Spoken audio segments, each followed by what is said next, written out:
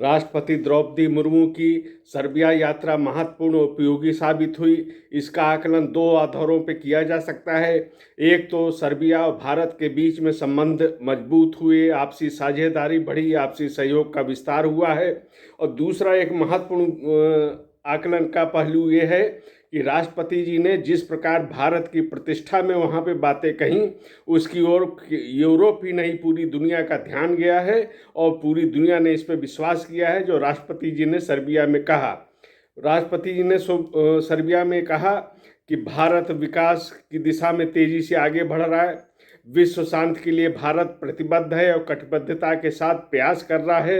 वसुधैव कुटुंबकम का उद्घोष करने वाला भारत है और ये दुनिया को बताना चाह रहा है कि विश्व शांति के अलावा कोई विकल्प नहीं है। जो भी समस्याएं हैं दुनिया में, चाहे जिस प्रकार की अशांति की समस्याएं हो, इन सब का समाधान वार्ता से हो सकता है।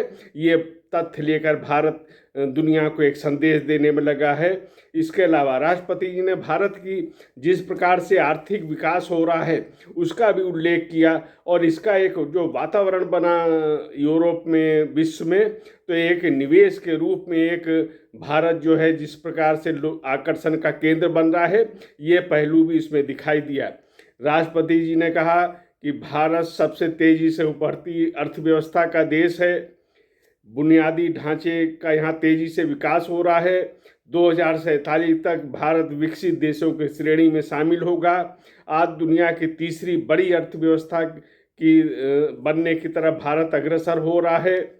सकल घरेलू उत्पाद यहाँ पे 3,500 अरब अमेरिकी डॉलर का हो गया है और इस दिशा में आगे से बढ़ने का पूरा प्रयास भारत कर रहा है।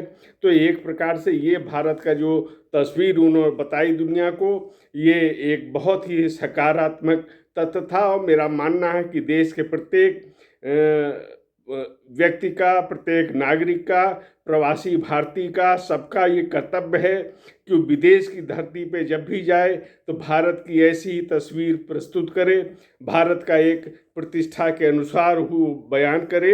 ये एक नैतिक और राष्ट्रीय जिम्मेदारी है जिसको सभी लोगों को समझना होगा। राष्ट्रपति ने भी इसका मार्गदर्शक के रूप में हम सबको इसको देखना चाहिए।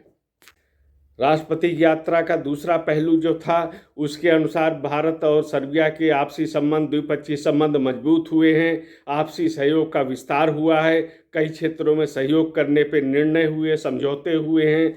कृषि के क्षेत्र में, इलेक्ट्रॉनिक के क्षेत्र में, सूचना प्रौद्योगिकी के क्षेत्र में, फिल्म निर्माण के क्षेत्र में, इन सब में, और संस्कृत के विषयों से संबंधित पर्यटन, इन सब के बारे में वहाँ पे हम दोनों देशों के बीच सहयोग बढ़ा है। ये राष्ट्रपति जी की यात्रा की एक बड़ी उपलब्धि है। वहाँ उन्होंने वहाँ के जो राष्ट्रपति हैं अलेक्जेंडर वुसिक, वहाँ के प्रधानमंत्री और इन सब के साथ उनकी उपयोगी वार्ता हुई। कई मंत्री इस वार्ताओं में शामिल हुए, समझौते किए गए और आपसी सहयोग को आगे बढ़ाने का निर्णय हुआ है।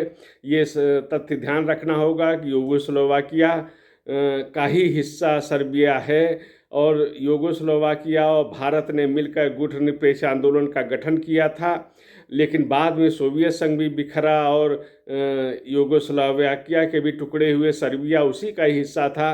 भारत ने शुरू से सर्बिया के साथ अच्छे संबंध रखे हैं। प्रधानमंत्री नरेंद्र मोदी ने 2017 में सर्बिया के साथ संबंधों को बढ़ाने के संबंध में बहुत प्रमुख निर्णय लिए थे। उस दिशा में भी काम आगे बढ़ रहा है।